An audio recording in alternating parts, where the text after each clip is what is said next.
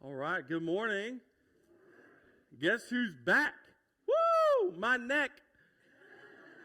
I was at a chiropractor like 4 times. I, in fact, saw him this morning and I yelled at him. I don't know if he saw me or if he just was holding his daughter like, don't look at the crazy man. Because I have this habit that some of us know where if I see you in public, I don't care what people think of me, so I just yell at you. I've done it to a few people, and they're like, who's that crazy person? So I've gone to him, he snapped my neck, and he apologized before he hurt me. I thought, that's cute, but it still hurts. And then he charges me. I should have been a chiropractor. But my neck is, could you imagine me helping you? Oh, that'd be so much fun. Someday. Wayne, you cracked me up. Anyway, went there. My neck's feeling good. It's fantastic. So good. This morning, I was awoken 2 times by my twins. One time, Marley gets up. She goes, Dad, Blythe won't stop crying. She won't shut up. So I thought, I just got to sleep. My neck's feeling good. I'm like, okay. So I go in there, nothing. Complete silence. She's sleeping. She's snoring. I'm like, it's fine. It's okay. She gets up again. Don't bother me. It's okay. I'll hear. It'll be fine. Okay. Then I get woke up a little bit later, and it's really early in the morning, and it woke up to Quinn. He goes, Dad, there's a beeping sound. I thought, okay. Like, what kind of beeping sound? Like, I forgot to turn the oven off beeping sound? Like, there's a bomb somewhere. And she's like, it's a beeping sound. Come here quick. So I come in there. I'm stumbling in the morning. My dog sees me. His kennel's open, so he's just trying to pee everywhere. And I'm like shutting his thing. She's like, Dad, over here. So I come in there and I listen. I only have one good ear for high frequencies, okay? It makes for really good for certain noises, really bad for marriage, because I half the time can't hear Kayla. That's why I drive and she's in the passenger seat. I mean, am I right? Anyway, and so I'm trying to listen. I've got my ear and I'm listening for a beep. Nothing. I'm like, Quinn, it's okay. There's nothing. She goes, shh. I was like, well, if you would just shut up, I could hear it. I'm like, okay, there's nothing. And then I hear the heater's on and, the wind's going through and I hear and I'm like, it's the heater, it's fine. She goes, Dad, it sounds like a fire alarm. And I was like, it's not even 6. And you are like, I'm ready to go. I'm like, whose kid are you? And I'm like, sit down and eat cereal. So I've been ready to go this morning because I thought, one, my kid's crying, and then I thought there was a bomb somewhere. There's nothing. And my neck feels good. So I'm in a great mood today. I'm super excited. Today we're continuing our series in Proverbs. And again, just a little recap of where we've been the last 2 weeks as we talked about Proverbs 6 last week. And then the week before we talked about Proverbs 1 last week and Proverbs 3 the week before. And again, understanding that the book of Proverbs is in the poetry section in the Old Testament. And so what that means is it is figurative. It has literal meaning, but it is not meant to be taken literal. Okay? It has a figurative meaning to it. And Solomon wrote it. Solomon is the son of Bathsheba and David. And Solomon is one of the best kings in Israel. He's the last king of both kingdoms that really followed and pursued after God. And he was considered the wisest man because God gave him the gift of wisdom and discernment. And he's writing this book to his kid to tell him how to be a wise man of God. And we just get the benefit of reading it.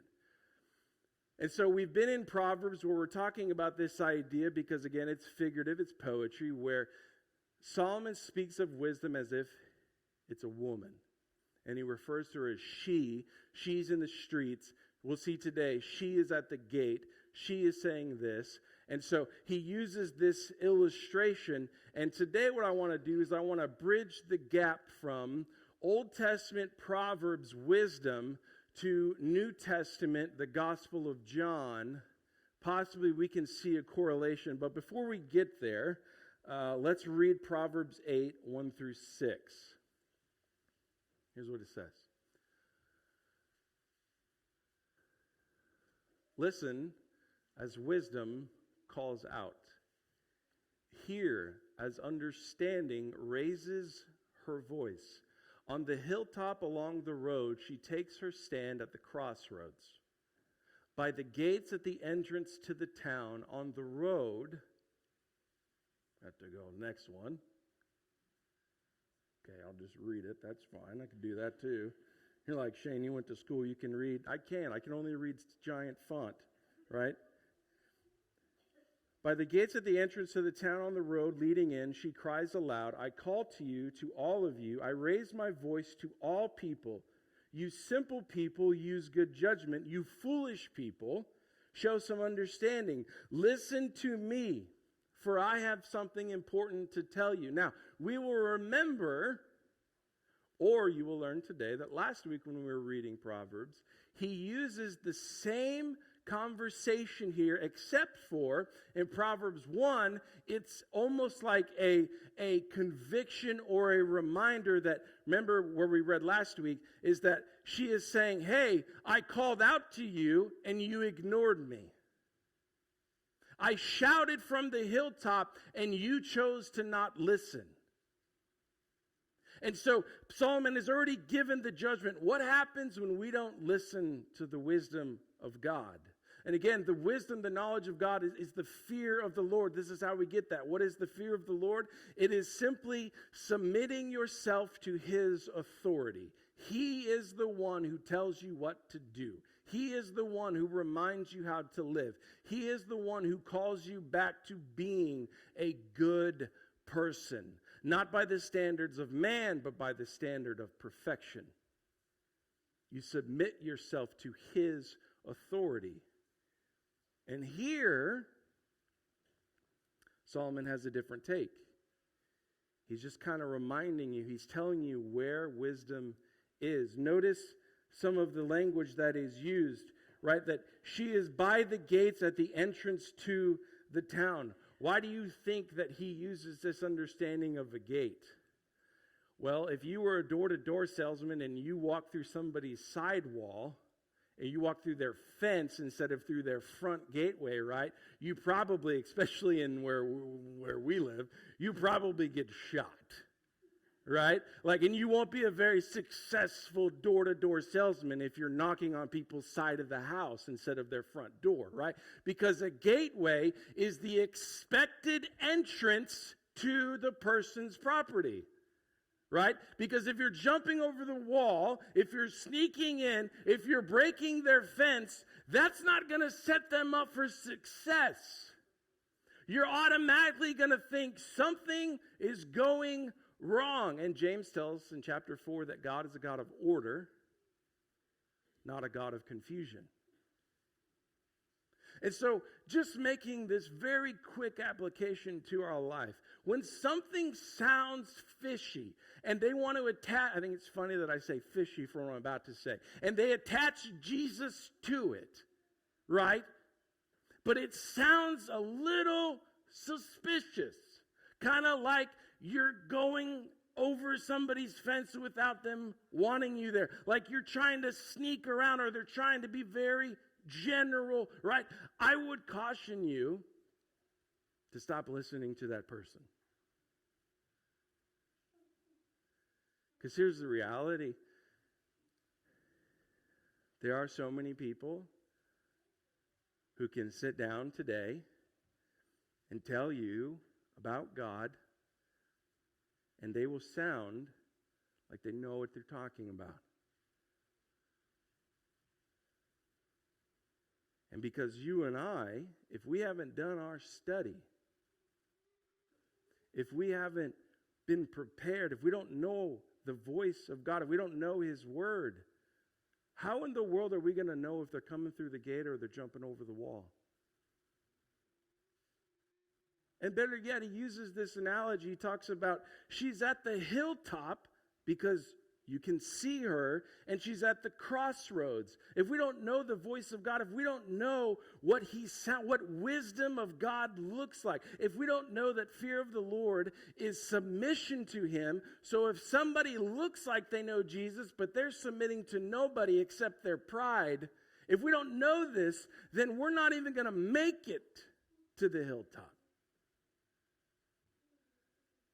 And the third thing that we learn real quickly in one verse is that following Jesus is a journey. It's a process. Yes, thanks to the Lord, there can be transformation in your life. That's like that. I've had stories of, I grew up in the church, so I don't really have like this, my life was this way and then everything switched. But I remember Brother Irvin telling us when he, was in his 40s and he found Jesus, he was one way, and then he woke up and he had Jesus. He was a completely different man, and his kids were like, what the heck? And I had a story this week with somebody sitting with him, and they were like, Shane, man, I don't know. I would have given you $100,000. I never thought this person would ever accept Jesus.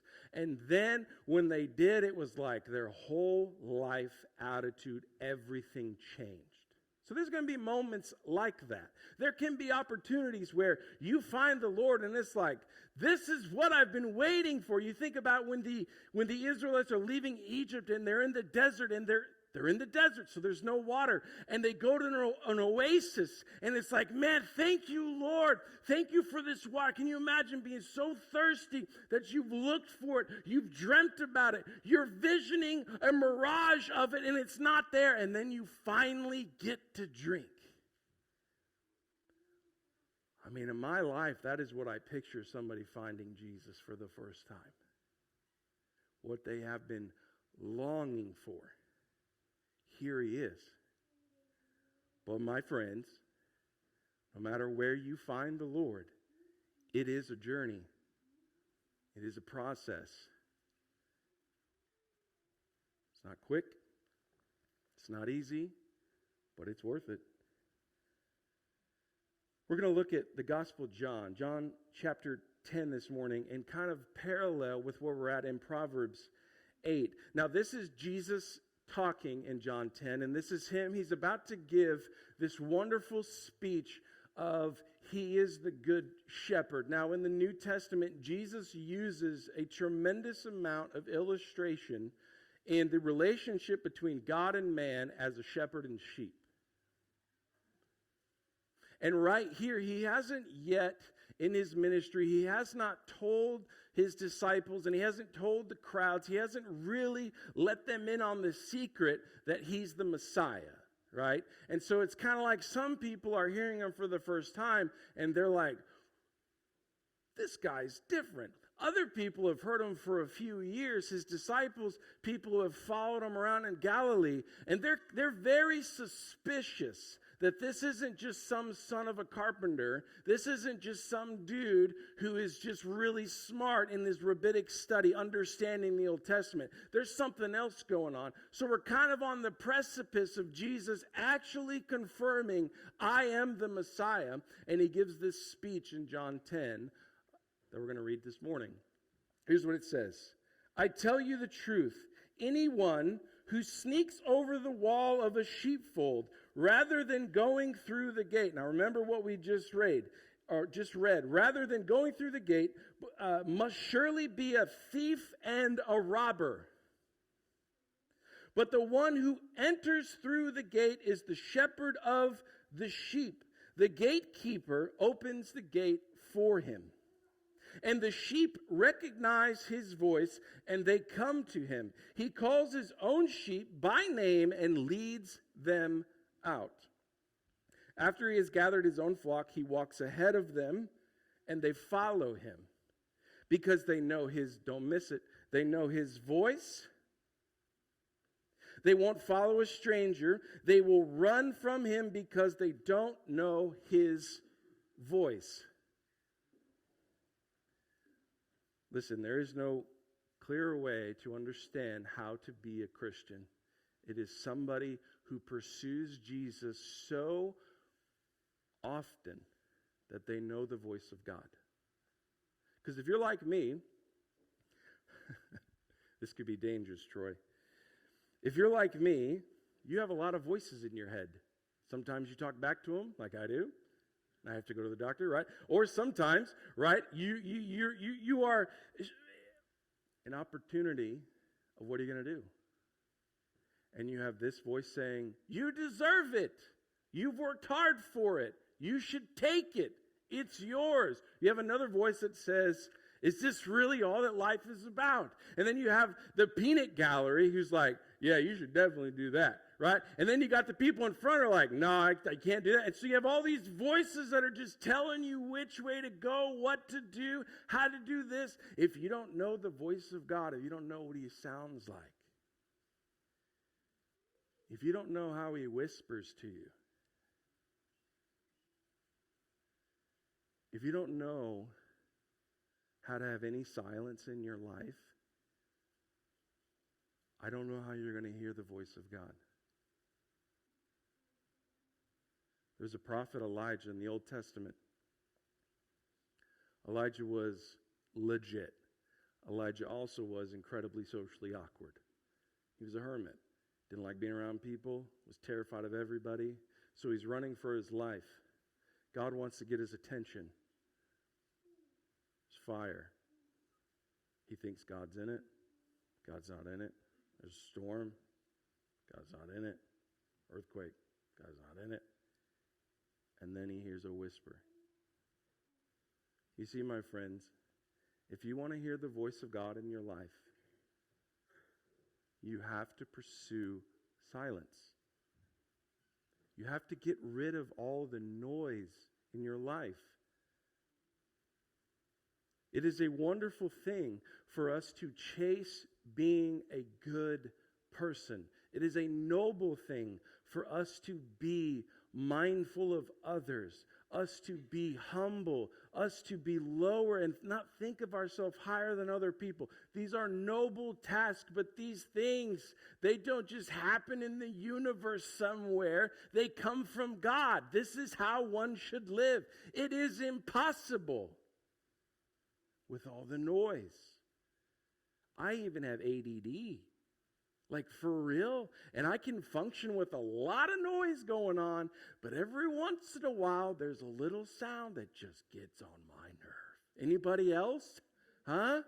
Like, let me tell you, I have a couple sounds that if you do it and I don't know you, I probably won't say something, but I will tell Jesus about it. But if I do know you, I'll tell you to stop. Okay, so when we're eating and you have a fork in your mouth or a spoon in your mouth, when you let it touch your teeth and then it like run off, thank you, Bo. I want to punch you in the face. I hate that. I'm like, it doesn't have to touch your teeth. You have lips. Use them. Use your teeth for the food. Gets on my nerves. Obviously. I told you, I have issues. Voices talk, I talk back. And then people who chew gum. Oh, I hate chewing gum. And you blow bubbles, I'll poke you in the eyeball for blowing bubbles. I hate that sound. But seriously, about, 7 years ago when I was here last time,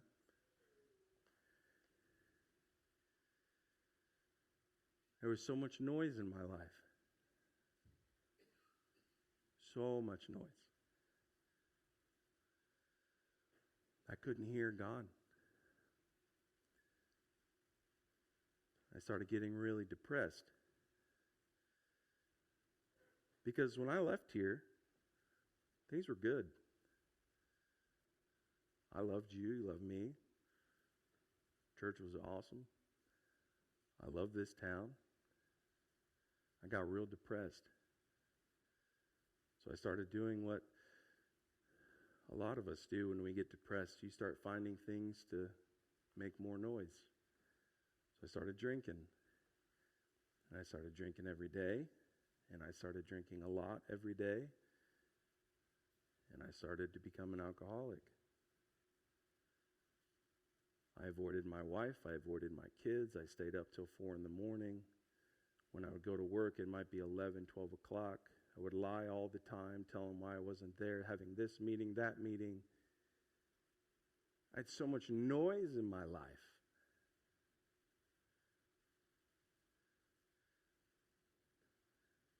So when that changed, it wasn't because God made himself known. I already knew who God was. It wasn't because God had abandoned me and God was teaching me a lesson. No, I was the moron who made the stupid choices. Stupid choices, stupid. Right, this is how it works. It was when I came home from Colorado one year and I changed everything in my life. I stopped all social media. I stopped watching any YouTube, any Netflix, no movies, no nothing. Did not have a computer that I could access all the time.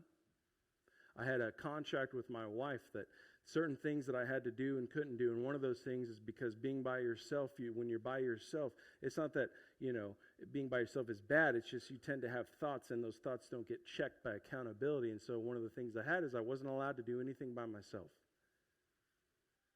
Always had to, if I wanted to go and do a hobby or if I wanted to do this, I had to bring somebody with me, right? Because what had happened in my life is I had consumed so much Jesus and I loved Jesus so much and I gave Jesus freely to so many people that I started hearing the noise of, you're awesome, you're great, you're wonderful, oh, you're so smart, oh, you're so hip, I started hearing all the noise, and then I started hearing, yeah, we don't like that, we don't like this, and I don't like this, and I don't like that, and we started hearing all these things, and all these noises in my head, and then I started listening to music that I've never listened to. Music that didn't talk about Jesus, but music that talked about this and that and the other. I started watching shows that were very dark and very not about Jesus. And I started listening. I started walking away from my wife and my kids. And I started involving myself in other people. And it was just like my life was so chaotic.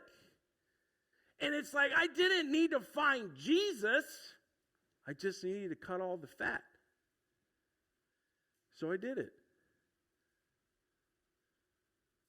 Some of you sitting right here, right now, it's not that you don't believe in Jesus. It's not that you don't necessarily have to have God proven to you. You just have so much noise in your life. Uh-oh, Bible broke. We have so much noise in your life that you can't hear Him. So my challenge to you is go home and cut the fat. Get off the internet. Get off your phone. Stop doing things by yourself. Stop listening to any music that isn't worshiping Jesus Christ. Stop taking in any entertainment, podcasts, movies, whatever. Stop taking anything in that isn't telling you about pursuing Jesus. If you can give Him a month, where it's just Him. I'm fearing Him. He has authority in my life. I'm removing everything else from it. I'm going to give you a month, Jesus. I promise you, you will not go back. You see, because He is the good shepherd, and we are in His pasture, but there's somebody else jumping over the fence. And He's coming in and He wants to take you from where you are and put you somewhere else. The best way to do that is to make a lot of noise and you can't focus.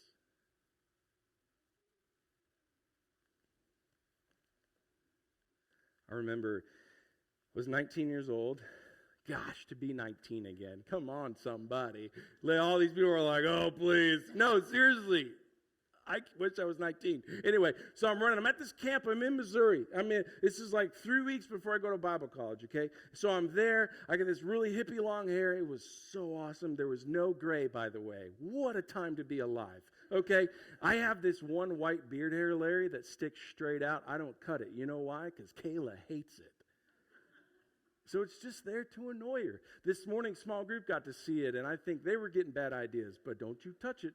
That's just there, right? So I'm in Missouri. I'm at this camp, and we're going to do what every fantastic camp does. At some point during the week, the guys are going to try and prank the girls, right? This is what you live for in the summer. What I have found out in my life is that every time I thought I had the upper hand, Randall, I got pranked. Terrible. The girls always been. So this time I was like, not this year. We're going to get them. And so there was, if you just picture for a moment, there was this very slow rising hill where, go figure, the girls are on the top. What did we just read? That's where wisdom lives. Yeah, it's true. So the girls are on top. All the guys are down the valley. So you got to run up this hill. Well, when you run up the hill, it's completely open. There's lights so you can see it. Obviously, because boys are just stupid. And they do stupid things. So we got to watch them. And so me and my buddy, we're going to council, we're going to go behind all the lights, all the things. We're going to go through the woods and we're going to get them. We're going to open the door and just chuck water. Just get them. So we're running. It's night. And let me tell you something. When I was 19, not quite 4.2, but somewhere around 5.2. Okay? Somewhere in that second, I could run a 40-yard dash. Man. So I'm like, I could hear the wind. I'm like, woo! My buddy Robbie, his voices, they just got to deal with it. Robbie's running. Robbie's a jerk. Robbie knew that there was a clothesline. I told you, he's a jerk. Robbie doesn't tell me. Miss June. So I'm running. Woo! Woo! Bam! Caught under my chin and just whoop and threw me on the ground.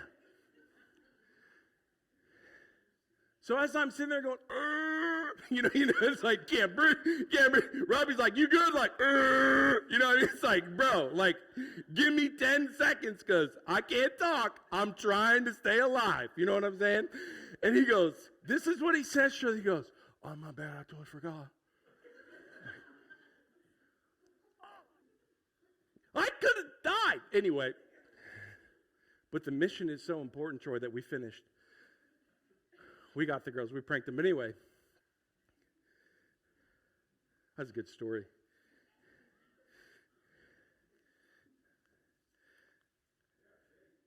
Yeah. I am. When you said that, I was like, whew, you didn't even run. You just talked about running. Man, I wish I was 19. Come on, somebody. Right? Hey, here's the reality. Right? There are no shortcuts. No shortcuts when you're following Jesus. There's none. It's really simple. Sometimes we try to make it real complicated. Sometimes we try to have all of these obstacles in someone getting to Jesus. And you have to do this and you have to do that and you have to wait till here and do that. No, it's really simple. It is so simple. You trust him and you follow him. You just do what he says. If he tells you to forgive, then you forgive. You don't say, yeah, but. You forgive. Because who gets the authority to look at me and say, you have to forgive everybody? Than the one who died so that I could be free of sin, who didn't do anything wrong.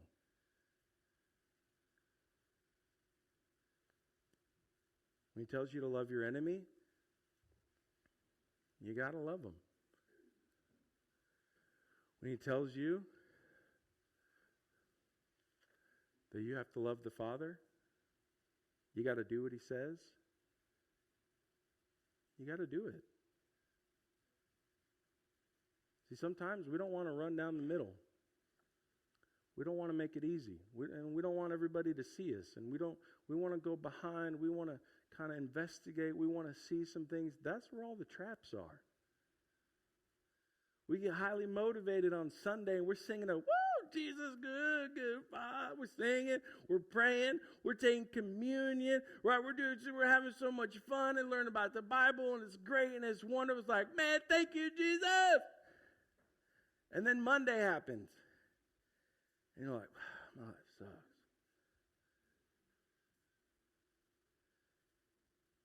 You know why you feel that way? Because you're trying to get to Jesus in a shortcut. You're trying to find him on Sunday. He's there. And here's the cool part about Jesus we're going to find out today. He's always there.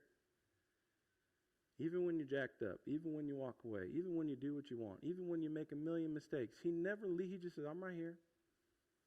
This is what I gave my life for. I'm not going anywhere.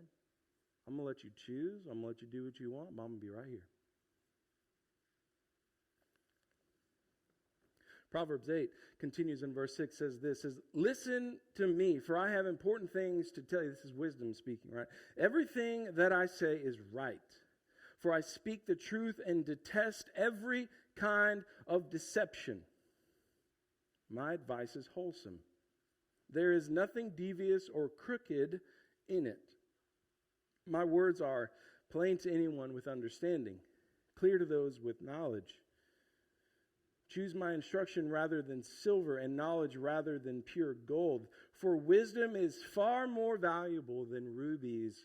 Nothing you desire can compare with it. Now here's the reality. Most of us in the room, we're not going to have rubies, we're not going to have gold, we're not going to have silver. Unless you're up late watching some Home Shopping Network and they're going to give you a coin. So what do we got that's not rubies, gold, and silver? Nice house. No, I'm not talking a house that meets your needs. I'm talking a house that makes your friends go, dang. Really nice car that you definitely can't afford because you had to go to the bank and they had to give you the money to do it, and it's killing you. You're getting destroyed by it. But hey, it looks real nice. Go on extravagant vacations. You wear extravagant clothes. We have extravagant stories.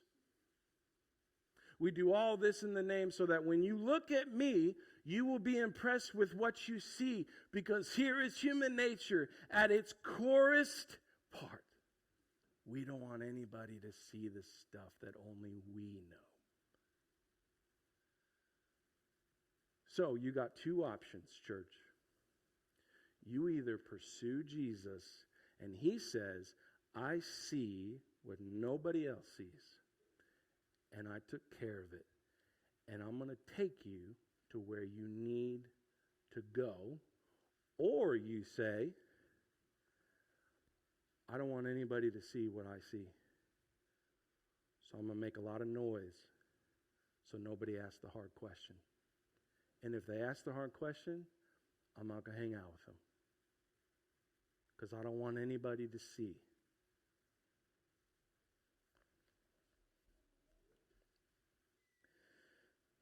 This is where Jesus gets a bad rap sometimes.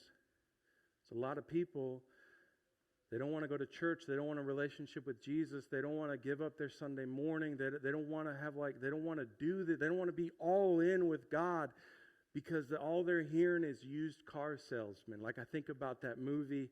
I can't remember the name. If you do, tell me. But Danny DeVito's in it. He's got the little girl like the witch upstairs, and he's a used car salesman. Come on. Thank you, Matilda. I was like, is it Matilda or Maddie? I don't know, so somebody will tell me. I looked right at you, Tiff, because I knew you. Are you upset that I didn't know that? Because your head kind of went back. You was like, oh, my gosh. He didn't know that. Sorry. Get over it. Anyway, you remember when he had that drill, and he was like, and he'd take the odometer and be like, wow, they don't have 400,000. It's got 4,000. Except it's like 50 years old, and the bumper's duct taped on. He's like, brand new. Right? This is why people don't want to hang out with Jesus. There's way too many of us who are used car salesmen. We're like, oh, you come to church? You got to wear a tie. You got to look nice. Your family can't be jacked. You got to keep your kids quiet. Can't run in here because Lord knows you can't run. You can't say any bad words. You can't have a jacked up life. You got to look the part, and then you can come in. You can come in. But when you're here, you better remember, I've been a Christian longer. I'm sorry, but I ain't got no time for that.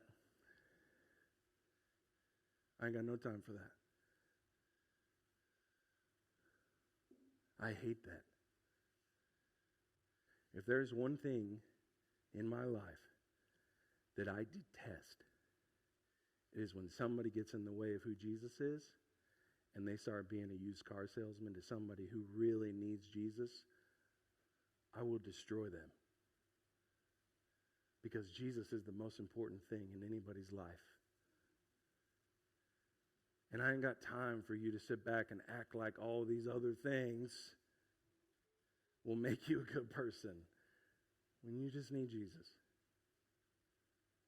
You see, this is why Jesus is saying in Luke 10, he's talking about being a good shepherd, right? Here's what he says in verse 11. He says, I am the good shepherd. The good shepherd sacrifices his life for the sheep. This is what he does. The sheep are what is important, not him. The sheep are important. You are so important to God. So important to God. He gave his life for you, whether you accept it or not. This is the thing. Sometimes you hear my flags go off because it's like, oh, well, they haven't been forgiven yet. Yes, they have. Jesus died he ain't dying again. Like, he died for your sin. He's already forgiven you.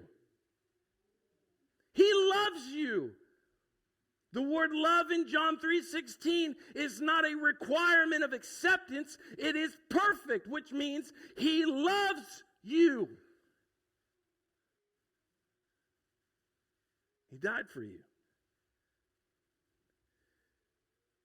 Of all the voices and all the noise in my life, nobody died for me. You know those voices we talked about in the beginning?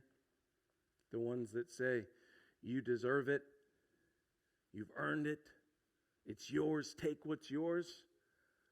Those people aren't dying for you. Those voices that speak, they talk about your past. You know, the thing that you don't want anybody to see, the thing that you don't want on this projector screen. The things that keep you from moving forward in your relationship with God. The things that keep you from having a sharp knife to cut the fat but make it dull. The things that constantly remind you why you're not good enough.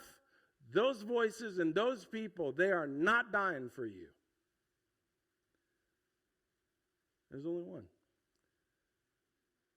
Jesus Christ. He died for you. And he loves you no matter what, whether you accept him or not. Then he says this, a hired hand will run when he sees a wolf coming. Don't miss the figurative language here.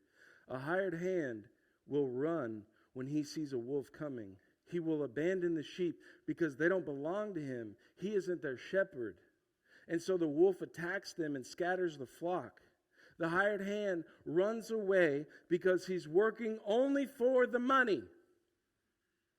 And he doesn't really care about the sheep.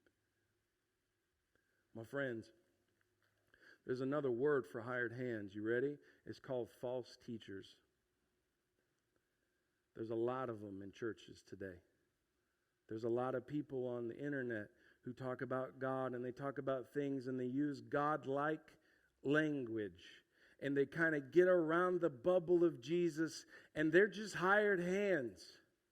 They're going to tell you, hey, give me your money, and I'll do this. I'll pray for this. God will do this for you. If you just do my simple plan, this will happen, and your life will be great, and this and that. And they're selling you everything but Jesus.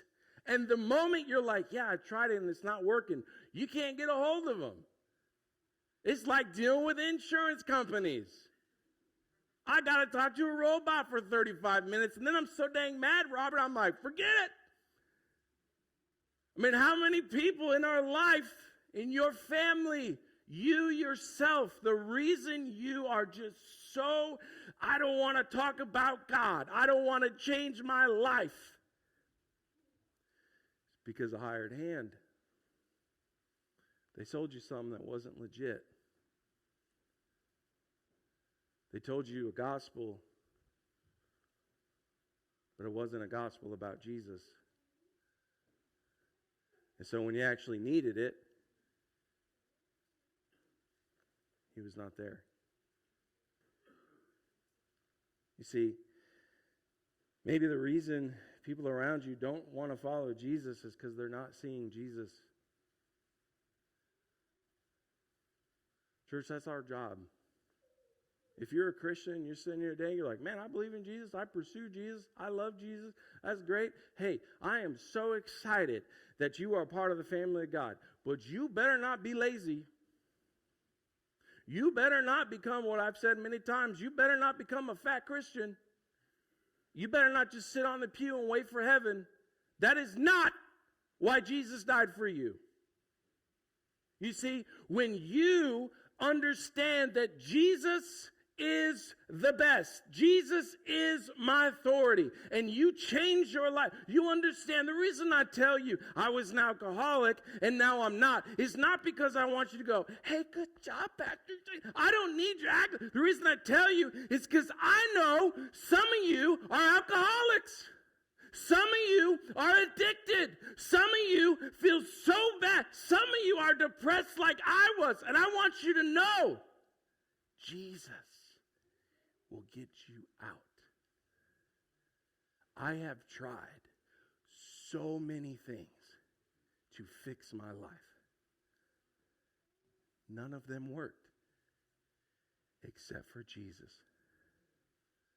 And you see, this is the beauty. When the fog cleared, when it got quiet, when the noise is gone, there he was. He was always right there. I just couldn't see him. And I want you to know that you can come to Jesus right now.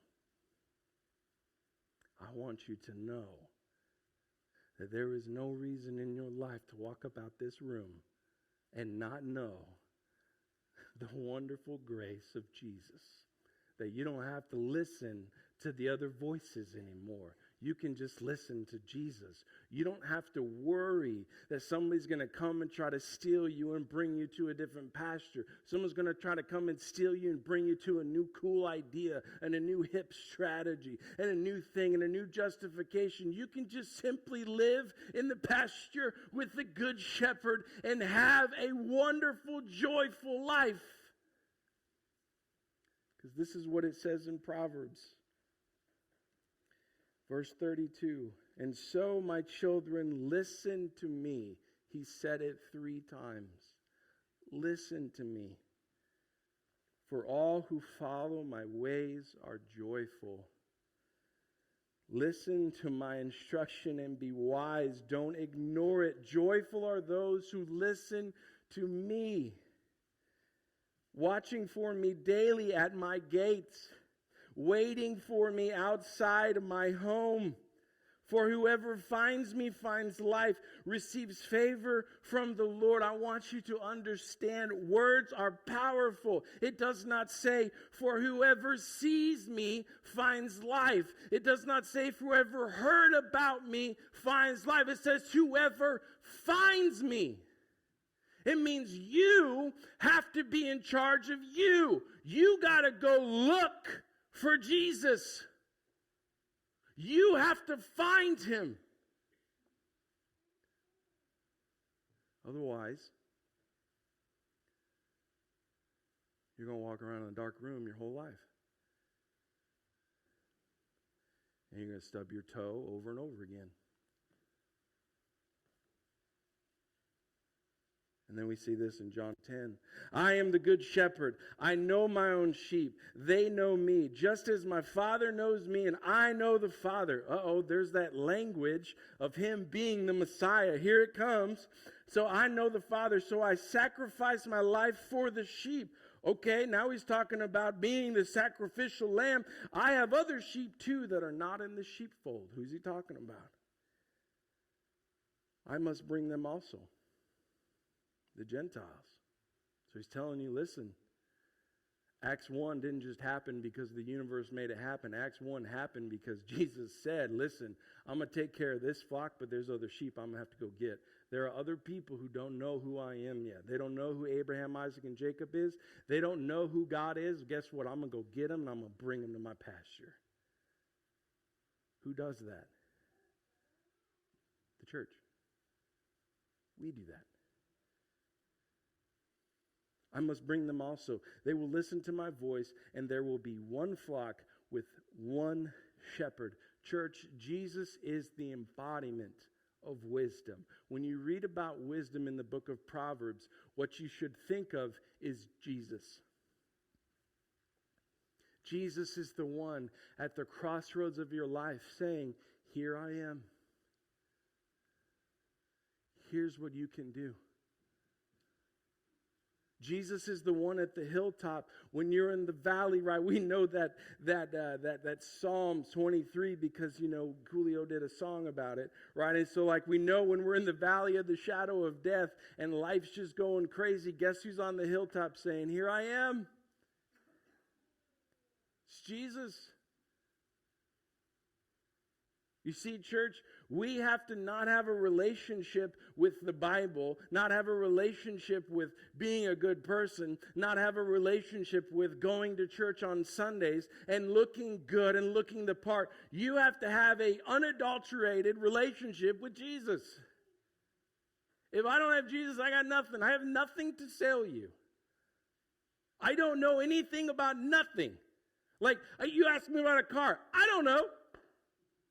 I go to the mechanics and I got to pick up my van and they're like, hey, what do you think happened? What about this? I'm like, I just YouTube it, right? And it's like, I don't know how to do anything outside of this. You need Jesus. You're hurting? You need Jesus. Your marriage is not what you want?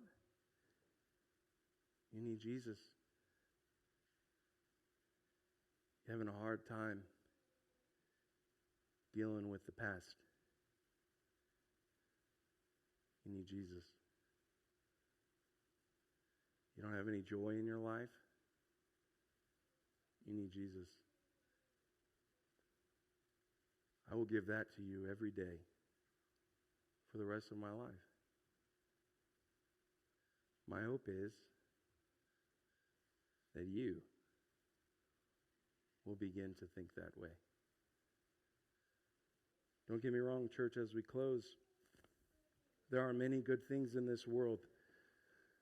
There are many wonderful, wonderful things that we can partake in, many wonderful things we can do. It's not bad to have a good job and have a nice house and have a good car. I'm not saying those things. What I'm simply saying is, what I understand is that most of us in this room have too much noise. And so what you hear me say for the better part of, Wayne, 47 minutes, it's actually only been 37, but whatever, don't shake your head, right? What you've heard me say, it's not that you don't listen, it's not that you don't agree, it's not that you're like, yeah, that's okay. It's just there's so many other things that you've heard throughout the week, and so you just simply don't know what to do. And the easiest thing is to do nothing. And I don't want that for you. I want to see Jesus Christ alive in your life. I want to see him transform your life, just as he has done in so many other people. So let us pray this morning.